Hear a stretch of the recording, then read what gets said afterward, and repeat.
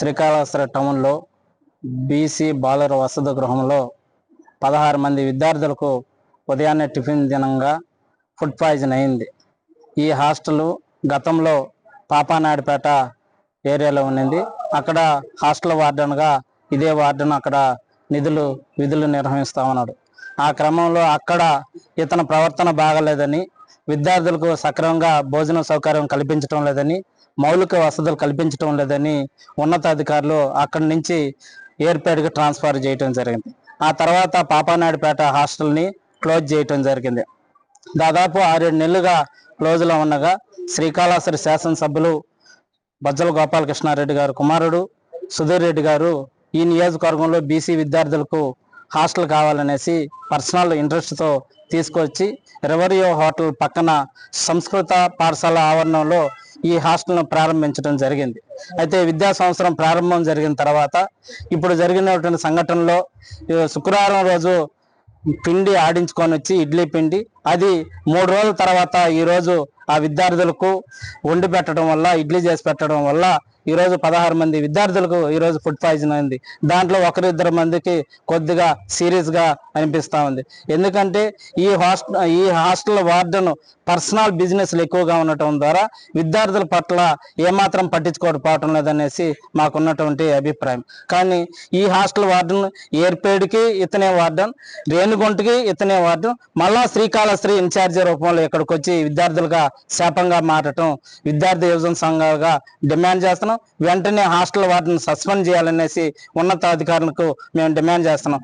ఈ వార్డెన్కి అధికారుల సపోర్ట్ ఉంది. అదేవిధంగా రాజకీయ అండదండలతో ఈరోజు చలామణి అవుతూ విద్యార్థులకు భోజన సౌకర్యం కల్పించడంలో వైఫల్యం చెందుతున్నది.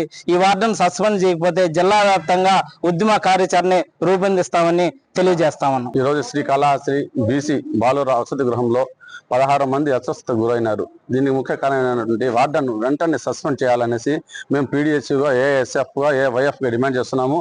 అదేవిధంగా ఇదే వార్డెను రేణుగుంట, ఏరిపేట మండలాల్లో కూడా విద్యార్థులను కీచకంగా ప్రవర్తించి వాళ్ళని కొట్టి, తినకపోతే వాళ్ళు కొట్టడము, తోళ్ళు చికెన్లలో కూడా తోళ్ళు అవన్నీ పెట్టి వాళ్ళని ఇబ్బంది గురి చేస్తున్నారు. మేము తినమంటే కూడా విద్యార్థులను బలవంతంగా కొట్టి తినిపిస్తున్నారు. ఇట్లాంటి కీచక వార్డెన్ని వెంటనే సస్పెండ్ చేయాలనేసి మేము పీడిఎస్యూగా మేము డిమాండ్ చేస్తున్నాము. లేని పక్షాన బీసీ వెల్ఫేర్ ఆఫీస్ ముందు కూర్చొని ధర్నాకు దిగుతామనేసి కూడా హెచ్చరిస్తున్నాము. ఈ కార్యక్రమంలో భాగంగా ఈరోజు ఉదయం 5:30కి నేను హాస్టల్ విధులకు హాజరు కావడం జరిగింది. ఈరోజు మెనూ ప్రకారంగా ఇడ్లీ పెట్టాలా, నేనే దగ్గరుండి ఇడ్లీ తయారు చేయించి వాళ్ళకి వడ్డించినాను. వడ్డిస్తూ పాటు వాళ్ళ పిల్లకాయలతో కలిసి నేను కూడా టిఫిన్ చేయడం జరిగింది. 10 నిమిషాలు కూడా గడవలేదు. అప్పుడే మాకు కడుపు నొప్పి అంటే లేదు నైనా అంటే కూడా వాళ్ళు కావాలని చెప్పడంతో సైకిల్ ఫామ్ కూడా తీసుకొచ్చి అందరికి ఇచ్చినాను సార్. ఎందుకైనా మంచిదని వాళ్ళని ముందు జాగ్రత్తగా హాస్పిటల్లో అడ్మిట్ చేసినాను. అంటే పిల్లకాయలందరూ బాగానే ఉంటారు సార్, ఏమి ఇబ్బంది ఏం లేదు. కాదు సార్ నేను దగ్గరుండి నేనే తయారు చేయించి నేను వచ్చి 25వ తేదీ డ్యూటీలో జాయిన్ అయినాను. ఈ రోజే పూర్తి స్థాయికి వచ్చినాను. నేను రేణుగుంట ఏర్పాటు చేసుకుంటా ఉన్నాను మన అడ్మిషన్ వల్ల. ఈ రోజు ఇక్కడ పూర్తిగా పిల్లకాయలకి అన్నం దగ్గర ఉండి పెట్టించాలని మెనూ ప్రకారంగా పెట్టించి అక్కడే ఉన్నాను. పిలుచుకొచ్చేటప్పుడు కూడా బాగానే ఉంటారు. మళ్ళీ మీరు ఎందుకు నిర్లక్ష్యం చేసినారు అని అంటారని, ఎందుకైనా మంచిదని నేను పిలుచుకుని వచ్చిన. వెంటనే మా ఆఫీస్కి ఇన్ఫార్మ్ చేసిన, ఆయన కూడా వచ్చేసినాడు. అందరం కలుసుకొని హాస్పిటల్కి రావడం జరిగింది. టిఫిన్ తినకపోతే కొడుతున్నారు అని చెప్పారు. నేను 20వ తేదీ డ్యూటీకి జాయిన్ అయినాను.